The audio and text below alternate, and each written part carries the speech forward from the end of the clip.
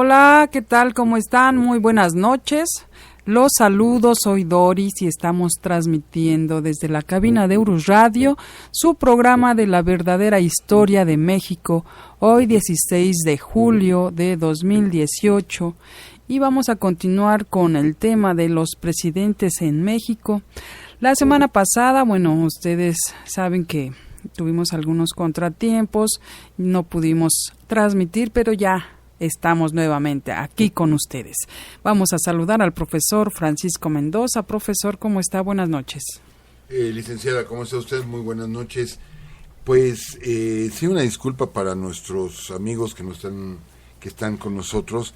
La semana pasada tuvimos la oportunidad de ser invitados a dar una conferencia en la ciudad de Morelia, Michoacán. Le enviamos un saludo muy cariñoso a Dulce y a Gil, que fueron nuestros anfitriones por allá, que nos fue muy bien en esa conferencia y que seguramente algunos amigos nos están escuchando. Un saludo para todos ellos allá en Morelia, Michoacán. Y también nos visitaron algunos amigos de Acámbaro y de algunas regiones de ahí del estado de Michoacán y de Guanajuato. Les enviamos un fuerte abrazo a todos ellos y pues estamos con el gusto de estar de nuevo por aquí. Ese fue el motivo por el cual no transmitimos la semana pasada, pero ya estamos de nuevo con esta serie de la historia de los presidentes en México, licenciada. Qué bueno, profesor, porque ya varios lo extrañaban, ya querían saber más acerca de este tema, que creo que es también fundamental en nuestra historia. Y como decía el profesor, dio algunas conferencias y también está dando diplomados en sexualidad. Y pues ya que sirva como comercial, si alguno de ustedes necesita alguna asesoría psicológica, igual puede contactarnos y ya nos comunicamos con ustedes. Aquí en la Ciudad de México es donde también se atiende psicológicamente, también hay cursos, va a haber cursos a distancia y es la primera vez que hacemos este tipo de anuncios, pero vamos a empezar, profesor. Hasta me sorprendió, licenciada, no esperaba que hiciera el comercial de las cuestiones psicológicas, pero gracias, se lo agradezco mucho, licenciada. Y pues enviar algunos saludos para algunos amigos que ya nos están escuchando. A ver así rapidito. Está en el chat Mario Hernández en Pualteca, dice buenas noches, un placer y qué honor escucharlos. También Juan Carlos Pérez Carmona dice buenas noches, un placer escucharlos en vivo. Así es, también un saludo para nuestro amigo Héctor Hernández allá en Cuernavaca, que ya nos está escuchando. También nuestros amigos de Acámbaro y de Michoacán sí ya se están reportando que nos escuchan. Nuestro amigo Jesús Arias también, gracias por escucharnos. Ricardo Olmedo, que aparte de escucharnos nos está difundiendo, está reenviando los mensajes. Alejandro Arriola, otro de nuestros anfitriones allá en Michoacán, para los diplomados también un abrazo muy fuerte para él. También tenemos en el Messenger a Garrita de Libra y dice saludos Urus Radio. También nos manda un mensaje David Yáñez y es un mensaje, profesor, que él quiere que lea para ver qué opinión puede dar acerca de lo que está mandando. No alcancé a ver de qué se trataba, entonces se lo doy al final del programa. Así es, licenciado. Pues bien, usted dice, ¿comenzamos? Comenzamos. Amigos, es importante ya comenzar por lo siguiente, porque la etapa de la historia de la que vamos a platicar hoy es una etapa muy enredada y es una etapa por la cual no nos gusta la historia.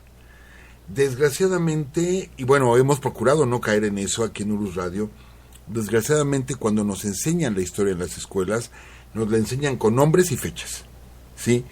Y se olvidan de los hechos. Y eso es lo que hace tan difícil el aprendizaje de la historia en México.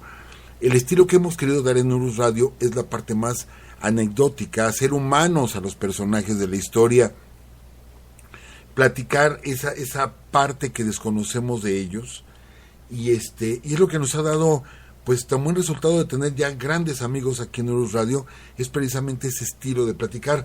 Pero esta etapa de la historia cuesta trabajo evitar nombres y fechas, cuesta mucho trabajo. Entonces vamos a intentarlo.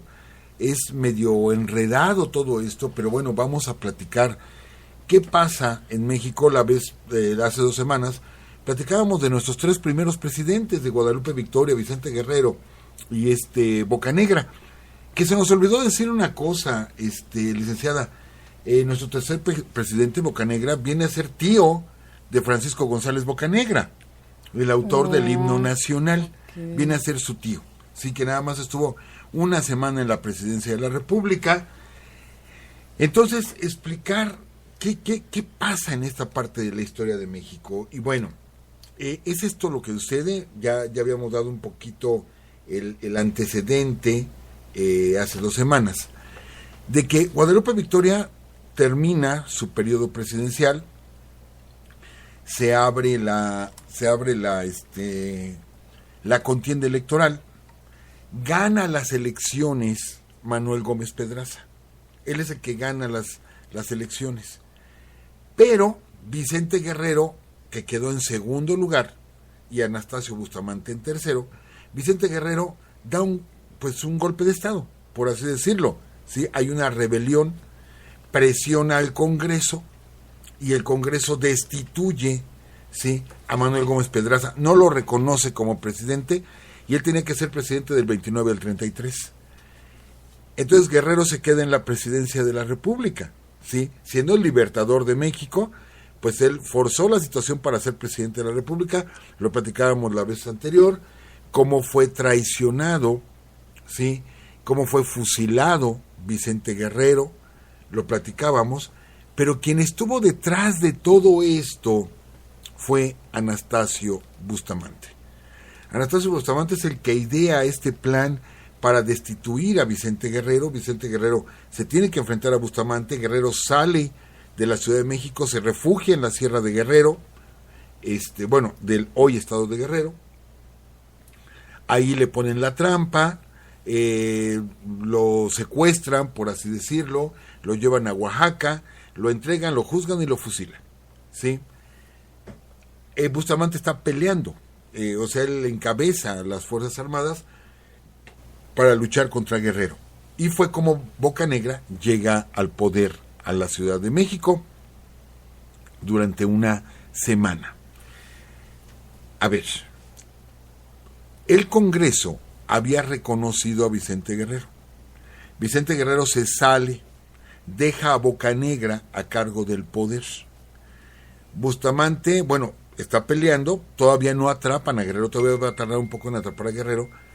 Regresa a la Ciudad de México y ataca Palacio Nacional.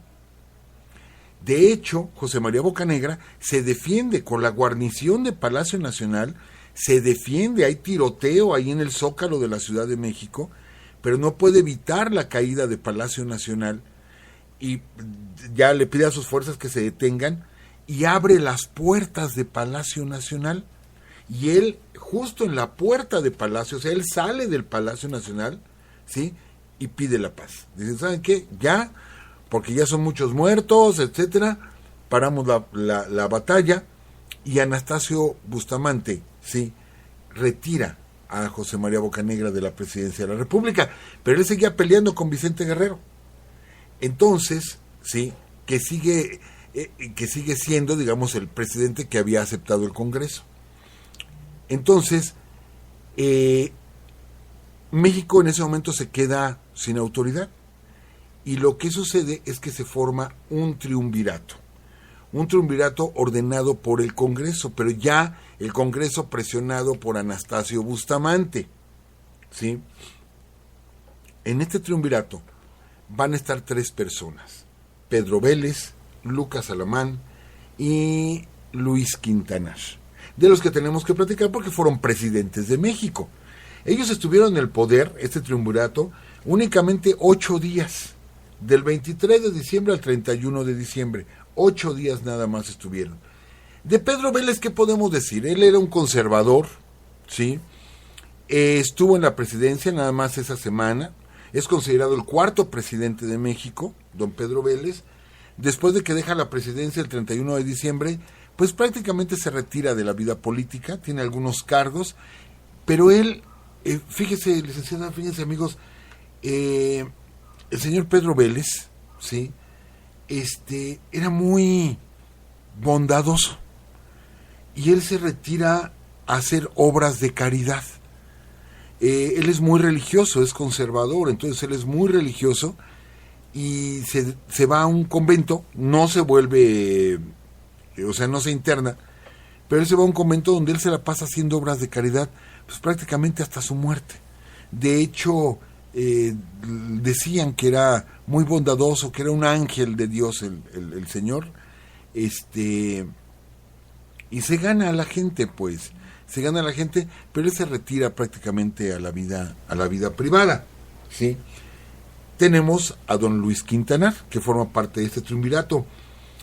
Don Luis Quintanar es otro, militar, que fue realista, que peleó contra José María Morelos, que estuvo del lado de Félix María Calleja, peleó bajo las órdenes de Calleja, Luis Quintanar, y que sabemos que por medio del plan de Iguala, bueno, se consuma la independencia, pero es de la gente conservadora, ¿sí? Es criollo, don Luis Quintanar, y de hecho dicen que era un jinete buenísimo, ¿sí?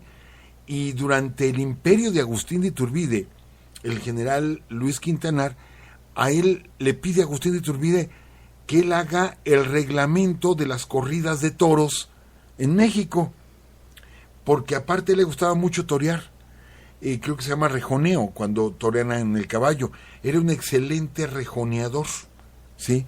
E insisto, Agustín de Iturbide le pide que haga el reglamento para los toros aquí en la Ciudad de México, bueno, en el imperio mexicano. Entonces, pues él igual solamente está una semana en el poder, y bueno, el otro, del cual tenemos que hablar un poquito más, pues es de don Lucas Alamán. Son los que forman este triunvirato, Pedro Vélez, Lucas Alamán, Luis Quintanar, pero únicamente una semana.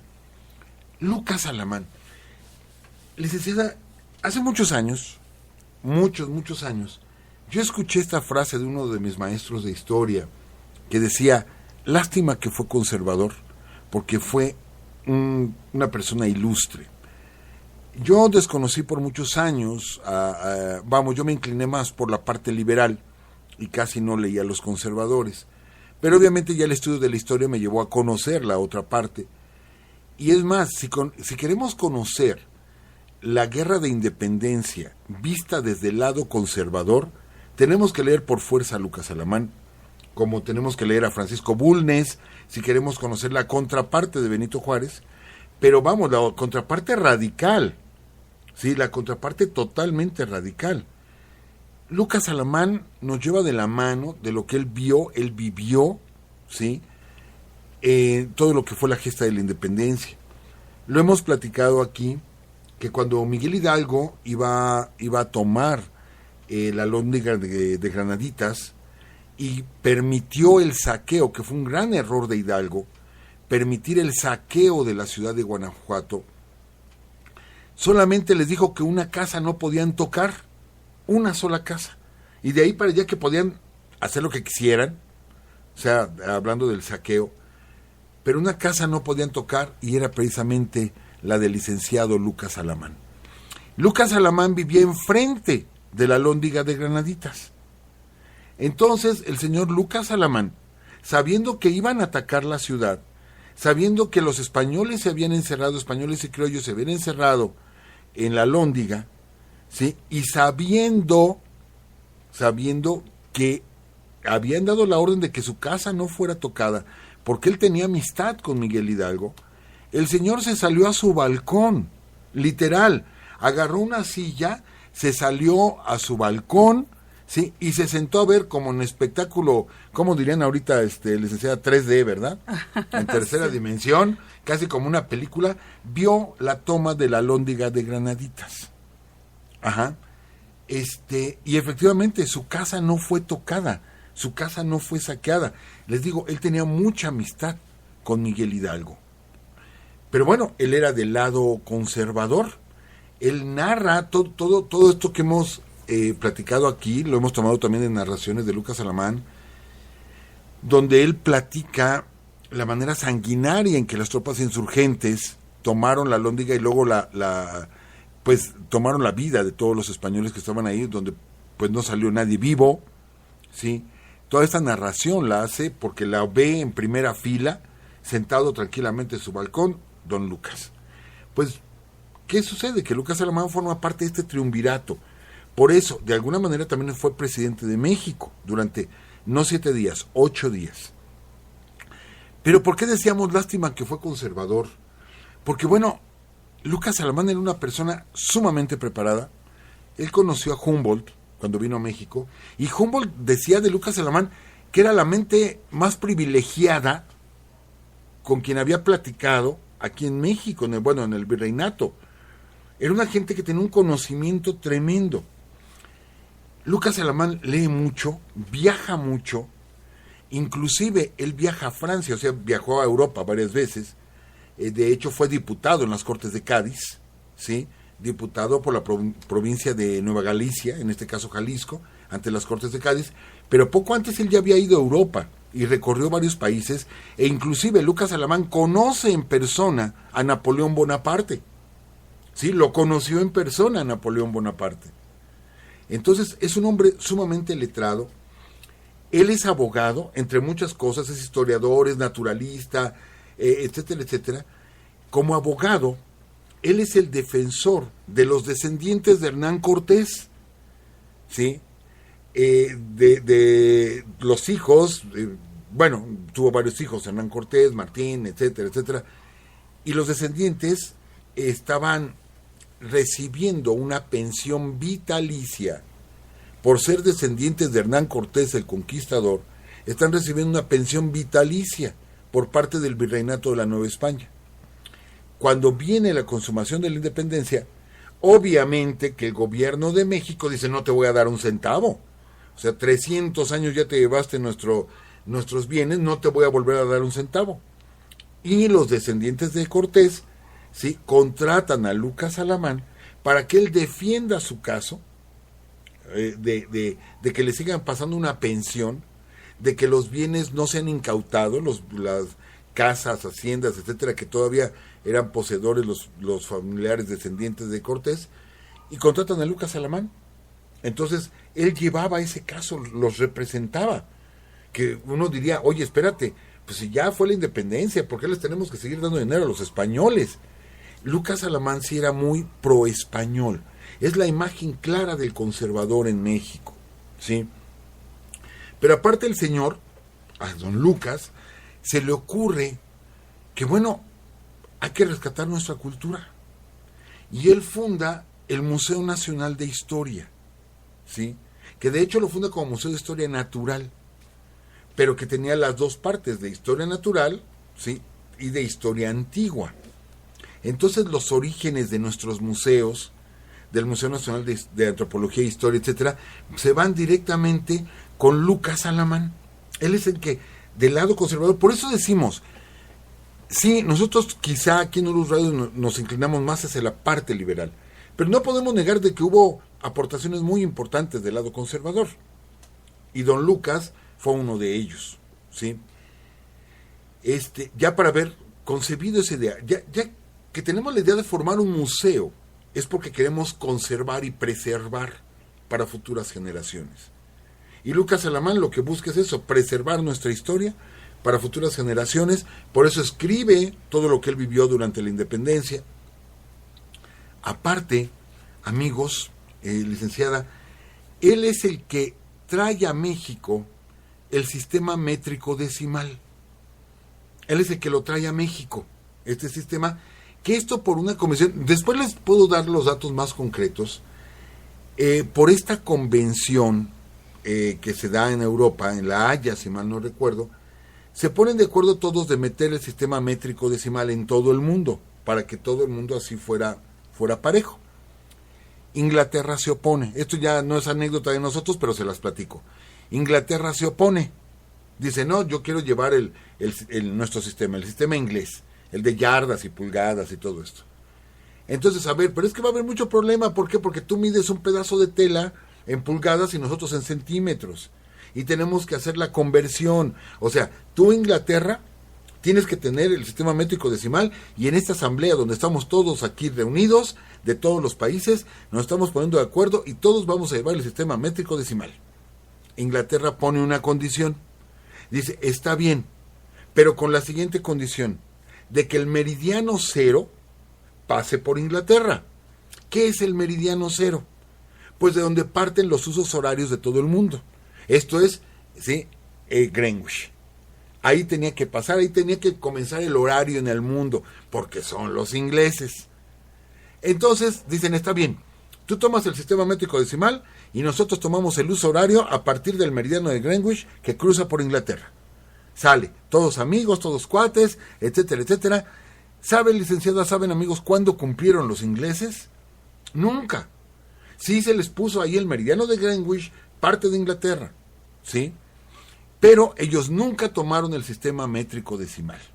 Pero bueno, esta fue una anécdota aparte, ¿no? Quien lo trae a México es Lucas Alamán, ¿sí? No solo eso, él introdujo nuevas especies de animales en México.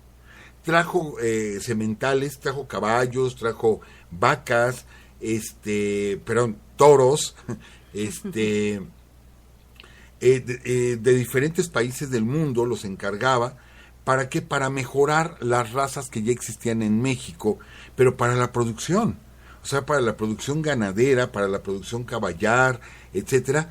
Él trajo especímenes, pues, sementales, bueno, para fomentar, ¿sí?, la mejora de las razas de consumo humano. A él se le ocurre, y él promueve la creación del Archivo General de la Nación, no solamente del Museo de Historia, sino el Archivo General de la Nación nace con Lucas Alamán, ¿sí? Esto, claro, no en la semana que fue presidente, no, sino él fue tomado por varios gobiernos porque era un referente, don Lucas Alamán, era un referente. Por eso yo veo todo lo que hizo Lucas Alamán y digo, sí, fue una gran personalidad del siglo XIX, y digo lo mismo que decía mi maestro de historia, lástima que fue conservador. Porque él de liberal, no, hombre, hubiera estado genial. Fue genial como conservador, pero tiene esos pequeños detalles que ya en su momento platicaremos posterior, cómo Lucas Alamán interviene y pues ya no en muy buenos términos en nuestra historia. Pero aquí en Urus Radio procuramos decir lo bueno, lo malo, todo, ¿sí? Así era precisamente don Lucas. Pero bueno, ellos toman el poder durante una semana. Han llegado varios mensajes, ¿verdad, licenciada? Sí, de hecho aquí está Natania Yuker de Vitrón. Dice, buenas noches, más vale tarde que nunca. Te despertaste tarde, Natania, qué bueno que estás aquí. O será por nosotros que no transmitimos la semana pasada. Bueno, ahora también está Israel Larriaga. Dice, hola, licenciada Doris y maestro Mendoza. Muy buenas noches, estamos aquí deleitándonos otro episodio más. Citlali Hernández dice, buenas noches, se me hizo eterno el tiempo desde hace 15 días que escuché un programa de ustedes. Estoy encantada de haberlos encontrado. Gracias, Citlali, bienvenida. Selene dice, buenas noches, ya se les extrañaba, es un placer volverlos a escuchar. Bueno, aquí estamos. Aquí estamos, gracias a todos ustedes, de veras, Citlali, Selene, Natania, Israel, Juan Carlos, gracias, de veras, muchas gracias, también. Mario. Y bueno, continuemos. Entonces, fíjense bien, sale Guerrero, entra José María Bocanegra una semana, y luego entra el triunvirato durante 8 días, y se cumple 1829.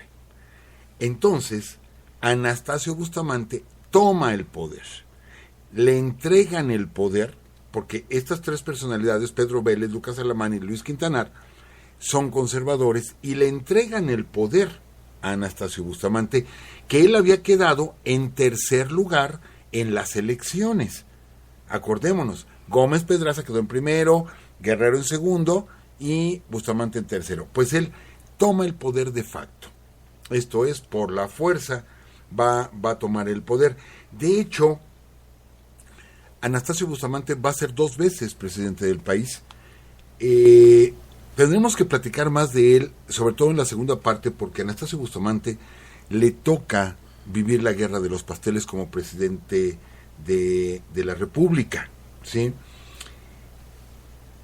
Pero bueno, toma el poder en México y enfrenta diferentes rebeliones, ¿sí? Una de ellas, y tenemos que platicarla, porque aquí vamos a hablar de otro personaje del que casi no se habla. Normalmente decimos, capital de Chiapas, Tuxtla Gutiérrez, ¿sí? Bueno, ¿por qué se llama la capital de Chiapas Tuxtla Gutiérrez? Y es en honor, sabemos que se ponen algunos nombres en honor a algunos próceres. Entonces, el nombre de Tuxtla Gutiérrez viene de Joaquín Miguel Gutiérrez Canales. ¿Quién es esta persona y qué tiene que ver con la historia de los presidentes? Bueno, que no vamos a hablar tanto ahorita de Gutiérrez Canales, solamente es una referencia de que él es el que propicia la integración de Chiapas, ¿sí?, a la República Mexicana. Pero la historia de Chiapas, yo creo que tenemos que hacer un programa directamente de eso, licenciada, de cómo fue que se integra Chiapas y el Soconusco a la República Mexicana, porque fueron independientes, hubo un momento en que fueron independientes y después se integran, ¿sí?, a la República Mexicana, y ahí tiene mucho que ver precisamente Gutiérrez Canales. Pero hay 2 momentos en los que se enfrenta directamente a Anastasio Bustamante, ¿sí?, por convertirnos en una república federal o una república centralista. Se enfrenta, ¿sí?, y está el temor de que Chiapas, que ya se había integrado a la República Mexicana, se volviera a independizar. Gutiérrez Canales amenaza con la independencia de nuevo de Chiapas, pero no tanto por estar en contra de México, sino está en contra de Bustamante, ¿sí? Entonces Bustamante tiene que luchar contra Gutiérrez Canales. Les digo, ya platicaremos, en un programa especial hablaremos de todo lo que fue Chiapas, pero bueno, Gutiérrez Canales, por cierto, en un combate él fallece, se está defendiendo en una iglesia, Gutiérrez Canales, Ajá, sí. Perdón, es que llegó un mensaje, bueno. Perdón. De repente, sí, profesor, a ver, aquí, estamos aquí. Si quiere leer el mensaje, profesor, ¿no? Él seguro. Está en una iglesia defendiéndose, y del techo de la iglesia, ahí le disparan, y él cae herido, pero la caída cae en un callejón que está detrás de la iglesia, ahí en Tuxtla Gutiérrez, y ahí queda muerto Gutiérrez Canales, ¿sí?, en combate con las fuerzas de Anastasio Bustamante. Pero también Anastasio Bustamante tiene que luchar contra José Urrea. ¿Quién es José Urrea? Bueno, José Urrea es otro personaje, es un duranguense, es otro personaje fundamental en la historia de México. José Urrea es alguien que lucha por la independencia de México, ¿sí?, y que colabora durante la anexión de Texas, la pérdida de Texas, cuando se lo anexan los norteamericanos, la pérdida de Texas, él pelea al lado de Santana, y él va triunfo tras triunfo, ganando todas las batallas que le ordena Santana que peleara, las gana todas, no perdió ni una, luchando contra los tejanos. De hecho, esto es lo que emociona a Santana para perseguir a los tejanos hasta San Jacinto, que sabemos que ahí comete un error terrible Santana, lo hemos platicado, es capturado y con eso firma los tratados de Velasco, donde cede el territorio tejano. Pero José Urrea después se convierte en alguien rebelde, totalmente rebelde. José Urrea va a luchar contra el gobierno de Anastasio Bustamante, tiene que sofocar Bustamante esa rebelión, o sea, son 2 rebeliones importantes en ese lapso de la historia de México, las que va a vivir precisamente Anastasio Bustamante, que dura pues 2 años prácticamente en el poder. ¿Por qué? Y aquí viene este juego medio intrincado, licenciada. Dice, pasó lo siguiente, aparece en escena López de Santana, y López de Santana se va en contra de Anastasio Bustamante, que a su vez había tomado, como les platicamos ahorita, había tomado por la fuerza la presidencia de México. Se van a enfrentar y deciden como que, a ver, pues vamos a hacernos cuates, ¿qué te parece? Para no pelearnos, ¿sí? Y firman un tratado en la hacienda de Zabaleta, que se conoce como los convenios de Zabaleta. Firman un tratado, pero para esto, cuando Bustamante sale a pelear con Santana, deja a alguien en la presidencia, ¿sí? En este caso a Melchor Múzquiz.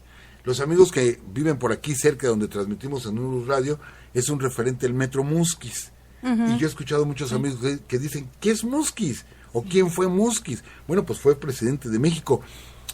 Y tenemos que hacer esa referencia. Bustamante sale a pelear con Santana, deja a Melchor Múzquiz. Fíjense que todos los que han gobernado, excepto Guerrero y Victoria, todos son criollos, ¿sí? En el caso de Múzquiz, que también es un criollo, pero él pelea del lado de los insurgentes durante la independencia. De hecho, es conocido Melchor Múzquiz por ser una persona total y absolutamente honesta, pero no se robaba un peso. Y aparte, cuando él llega a la presidencia, o sea, que lo deja Anastasio Bustamante, ¿sí?, que se daba sus lujos, don Anastasio, lo deja a cargo de la nación. Todo el dinero, imagínese, licenciada y amigos, todo el dinero que se cobra de impuestos, Melchor Múzquiz tenía tanta desconfianza de la gente, de que se fueran a robar ese dinero, que implementa en Palacio Nacional un cuarto para guardar el dinero, porque él no se lo iba a entregar a nadie, o sea, va a implementarlo implementa un cuarto para guardar el dinero, y lo empieza a llenar de monedas y monedas y monedas y monedas y monedas, esta habitación en Palacio Nacional, de tal forma que amenaza con venirse abajo este cuarto, y lo tienen que reforzar con vigas y polines, tienen que reforzar el piso de abajo, o sea, estaba en la segunda planta, para que no se derrumbara el cuarto donde se guardaban todas las monedas. O sea, él guardaba todo lo que se cobraba de impuestos, él lo guardaba, y tenía absoluta desconfianza, y cuando entrega todo. Él no se quedó con un solo peso. Ahora que se está hablando tanto de la corrupción, y se habla tanto de Benito Juárez, ¿sí? Bueno, pues el primer presidente que nosotros tuvimos que fue totalmente honesto fue don Melchor Múzquiz. Pero ese grado a mí me parece ya un grado exagerado, de agarrar un cuarto en Palacio Nacional y empezar a meter monedas y monedas que al final de cuentas, o viene a ser metal, y que tiene un peso y que a punto está de derrumbar el cuarto, y tienen que meterle polines. Pues bueno, él queda como presidente del país, ¿sí?, de agosto a diciembre de 1832. O sea, en agosto Bustamante se va a pelear con Santana, lo deja él, pero hay una parte, las crónicas que estuve leyendo, decían que al principio Melchor Múzquiz, él dijo, bueno, yo estoy aquí de manera temporal, apenas regrese Bustamante, pues yo me retiro. Pero que detrás de él siempre estuvo don Lucas Alamán. Y que mucho de lo que hizo en estos pocos meses, agosto a diciembre son 5 meses, fue aconsejado por don Lucas Alamán, ¿sí? Era quien iba guiando la presidencia de Melchor Múzquiz. Y que llegó a tal grado Melchor Múzquiz que se sintió presidente totalmente. Así, o sea, yo ya soy el presidente. ¿Sí? Se le olvidó que él estaba ahí nada más porque lo dejó Bustamante. Yo ya soy el presidente. Pues vean lo que pasó. Bueno, adelanto esta anécdota, obvio, va a dejar la presidencia. Él vive de su salario de general, que era un salario pequeño, pero él vive de su salario de general. Años después de que dejó la presidencia de México, en la calle se lo encuentra López de Santana, que era pues general, era presidente del país.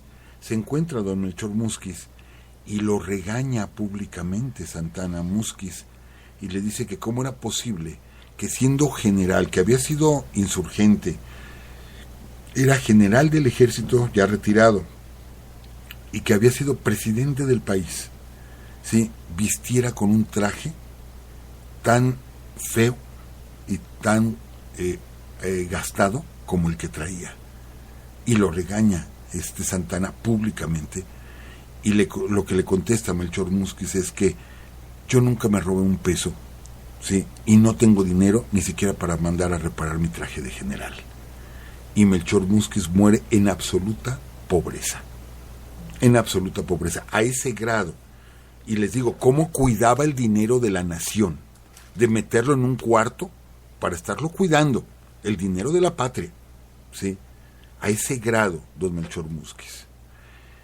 Pero bueno, ¿qué pasa? Todavía es presidente Melchor Múzquiz, y mientras Santana y Bustamante se encuentran y se sientan, en lugar de pelearse, se sientan a platicar en la hacienda de Zabaleta, y dicen, pues ¿sabes qué?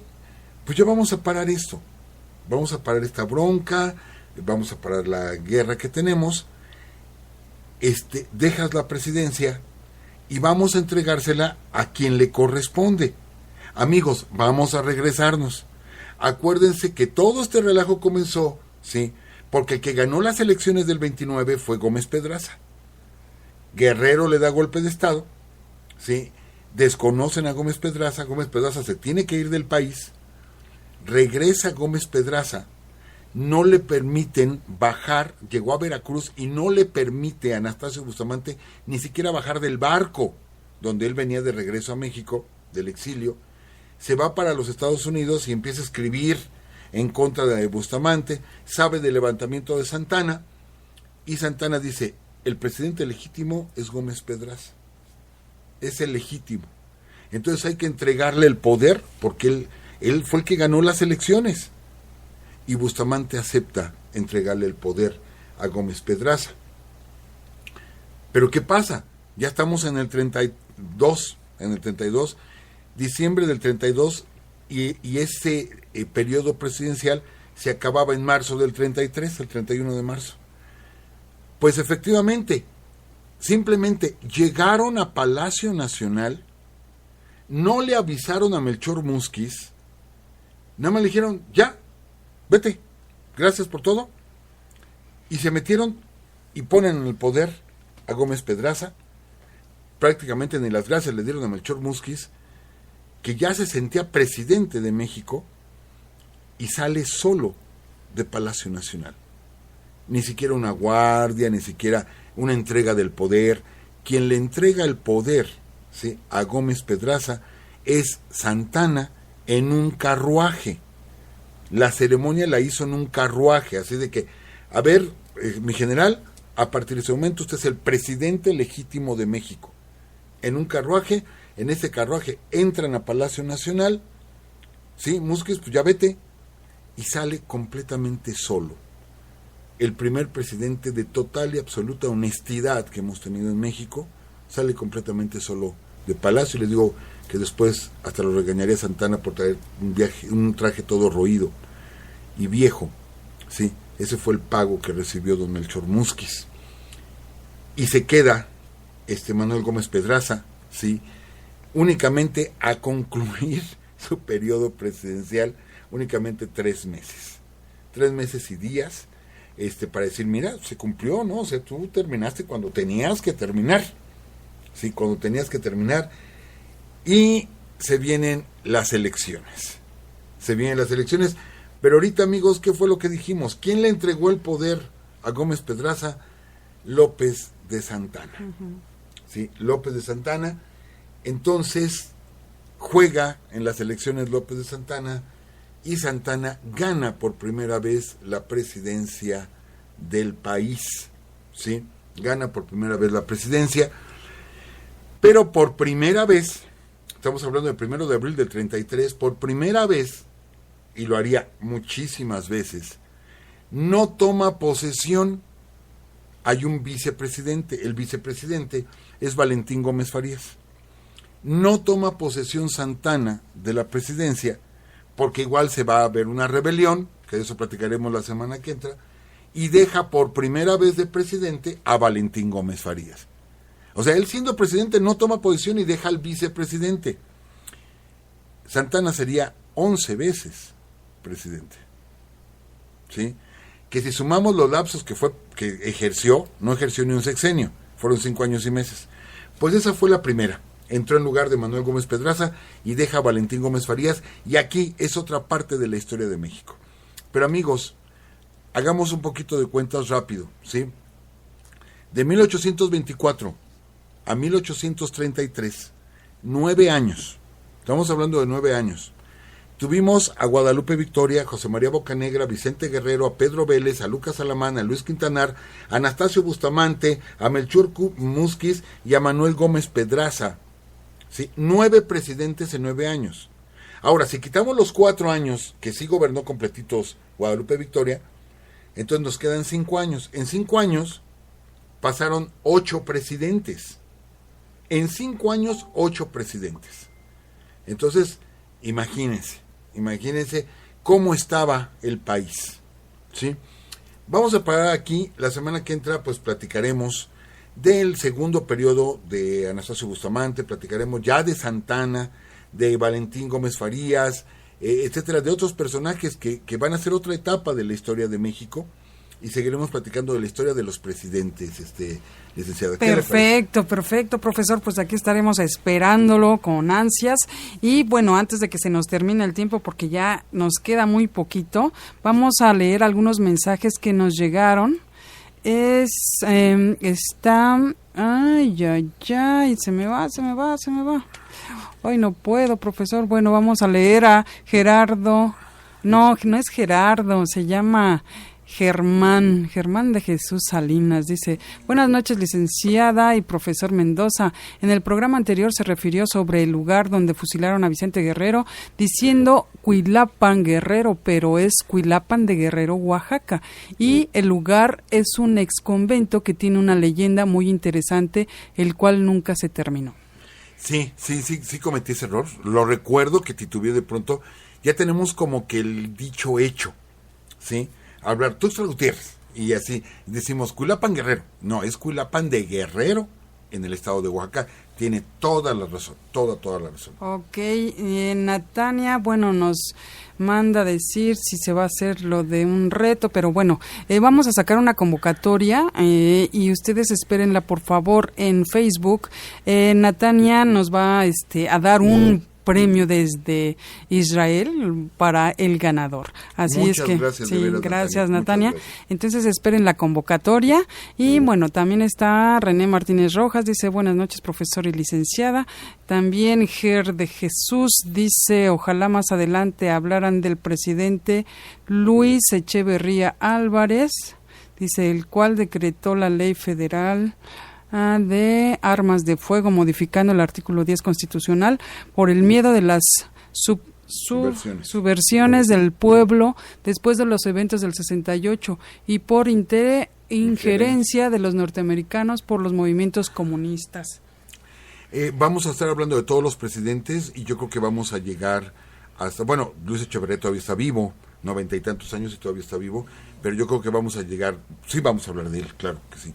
Ok, Mario Hernández en Pualteca, en el grupo de WhatsApp, mandó la ubicación de la zona arqueológica de Tecuaque. Sí, Tecuaque. Entonces, por si alguno de ustedes quiere ir, pues aquí está la ubicación. También está Tere Bravo, dice, bueno, ya entró también al grupo de WhatsApp. Está Mario, también en Pualteca, dice, buenas noches, quiero saber de Jaime Torres Bodet. Ah, claro que sí. Claro, bueno, claro que sí. También Germán de Jesús dice, buenas noches, me gustaría que hablaran de la historia de las armas en México. Pues se va a juntar con el programa de Luis Echeverría. Pues sí, y dice Juan Carlos, se va a hablar de la rebelión de la... No acabo de escribir. Y pues bueno, nos queda bien poquito tiempo, profesor. Que estén muy bien, nos escuchamos el próximo lunes. Y bueno, vamos a hacer algunos comerciales en la semana. Esperen también la convocatoria que les dije.